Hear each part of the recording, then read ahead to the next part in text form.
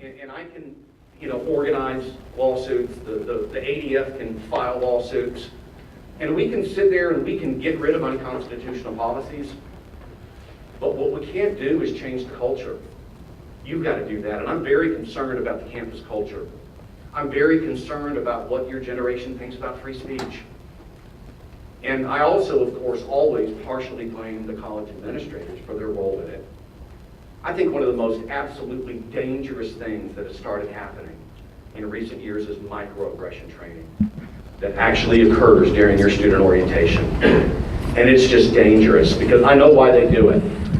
The reason they do it is because we have kicked their asses in court so many times with these policies. They're starting to kind of go away. And now I think the administrators during orientation are like, well, you know what we can do? Here's how we can enforce censorship. We can just sit down and teach students new ways to be offended and get them to police speech for us. And you do that at UNC Chapel Hill, and it's disgraceful. I've heard about that from a parent. You can correct me if I'm wrong, but I had a parent complain to me about it recently, about microaggression training here. I know that they do it at UNCW because a student who just enrolled last semester came to visit me shortly after she enrolled. And she says, hey, I just want to introduce myself. My dad told me to come to UNCW because you teach here. He reads your column, and I'm majoring in criminal justice. And he just said he'd pay for it if she at least had one conservative professor on campus. And I'm like, okay, cool, glad you're here, all right?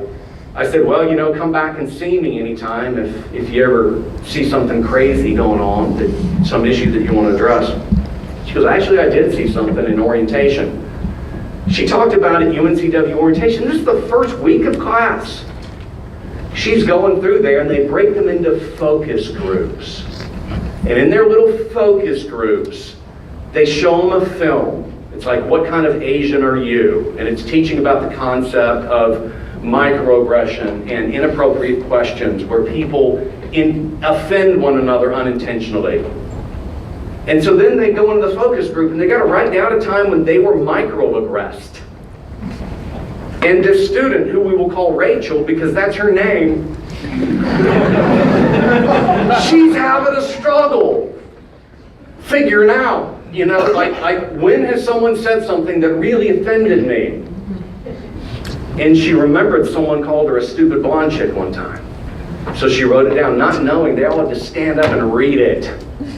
In orientation, they're all standing up and reading their microaggression victimization experience, teaching them on the first day how to be a victim in 2 easy steps.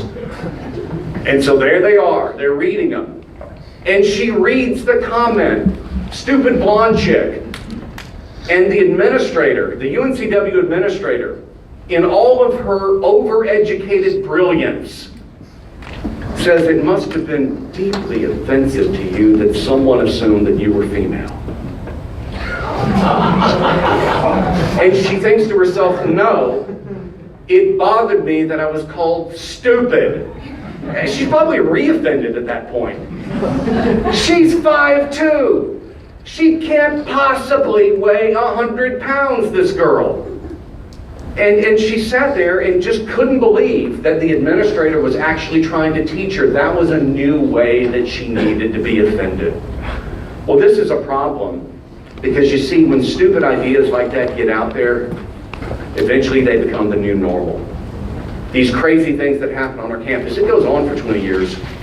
Eventually it becomes accepted in the larger society.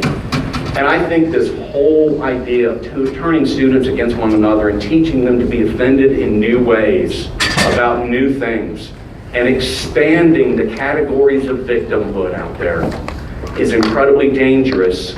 And I believe that it's dangerous for 2 reasons. Number one, I think that it sets up a sort of reverse Darwinism.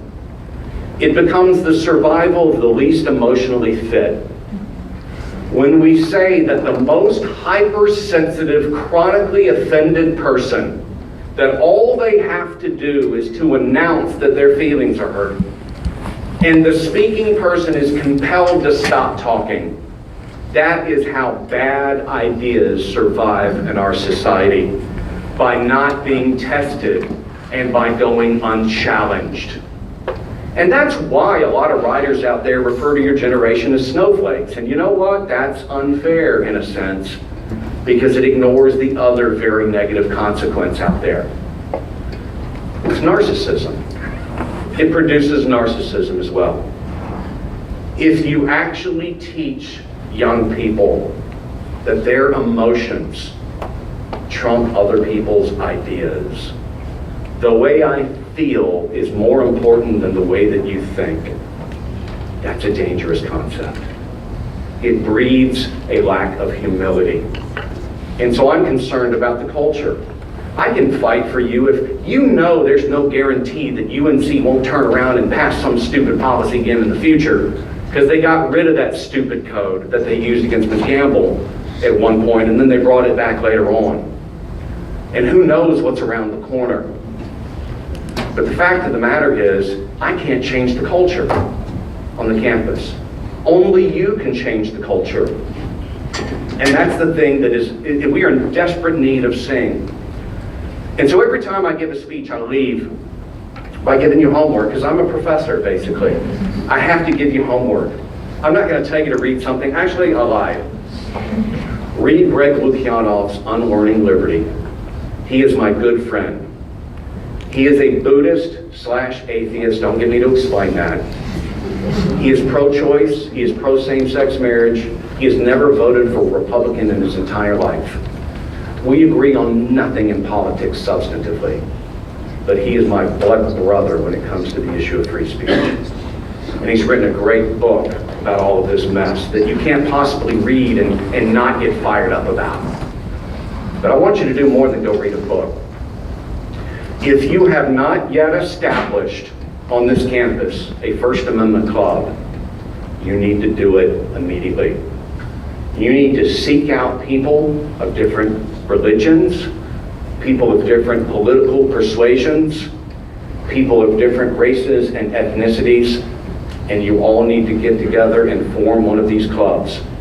And you need to actively lobby and petition the school, and every school in the entire UNC system, to get rid of microaggression training and be provocative. Demand that they get rid of microaggression training and have someone from the foundation of individual rights and education come to student orientation and explain the First Amendment. That's what we need, so that we stop teaching young people at the age of 18 that which is false about our freedoms and start teaching them that which is true about our freedoms. Do it. And after you've done that, don't you dare forget the lesson that I taught you from UNCG. You pay these mandatory student activities fees, you shouldn't. I'm getting to work on that later. You should not have to pay these fees. All it does, it just gives jobs to more bureaucrats to pass around money, and it just falls between their desks and gets lost along the way. Very little that gets back in your hands, and you can do a far better job raising your own money privately from private sources. But here's the deal. While you've still got these mandatory fees, you demand them. Start your First Amendment club and go have a high-profile speaker come to this campus and explain what is wrong with what they're doing in orientation. Invite Nadine Strawson, the former president of the ACLU, who for 18 years fought with that organization. First woman, youngest individual ever to be the president of the ACLU. I had the distinct honor last year in January of debating the issue of Roe versus Wade. I debated her at Oregon State University. And as we sat there on the front row preparing to be introduced, the young man comes out and he looks at us and he says, before this event gets started, we just want you to know that we have counselors out in the foyer just in case anyone gets triggered. And Nadine and I looked at one another and she goes, you can't be serious. We were so pissed off, we almost canceled the debate on abortion and got up and lectured them about free speech. We couldn't debate on that topic because we agree with one another. But we were absolutely appalled. Who comes to an abortion debate knowing it's about abortion and then is going to be suddenly triggered by that? Oh gosh, gee, I didn't know what that was. It was just preposterous. But you know, that just shows how widespread it is on our campuses. And I'll tell you something, someone like Nadine Strawson can be trusted because she's a classical liberal. She is someone who might not share my political beliefs, but she shares my commitment to free speech. And she is someone that the more left-leaning faculty members and administrators in the UNC system would actually listen to. That's the kind of thing you need to do. While you're still being taxed to express your First Amendment rights, demand your money back, work with other people, and change the culture.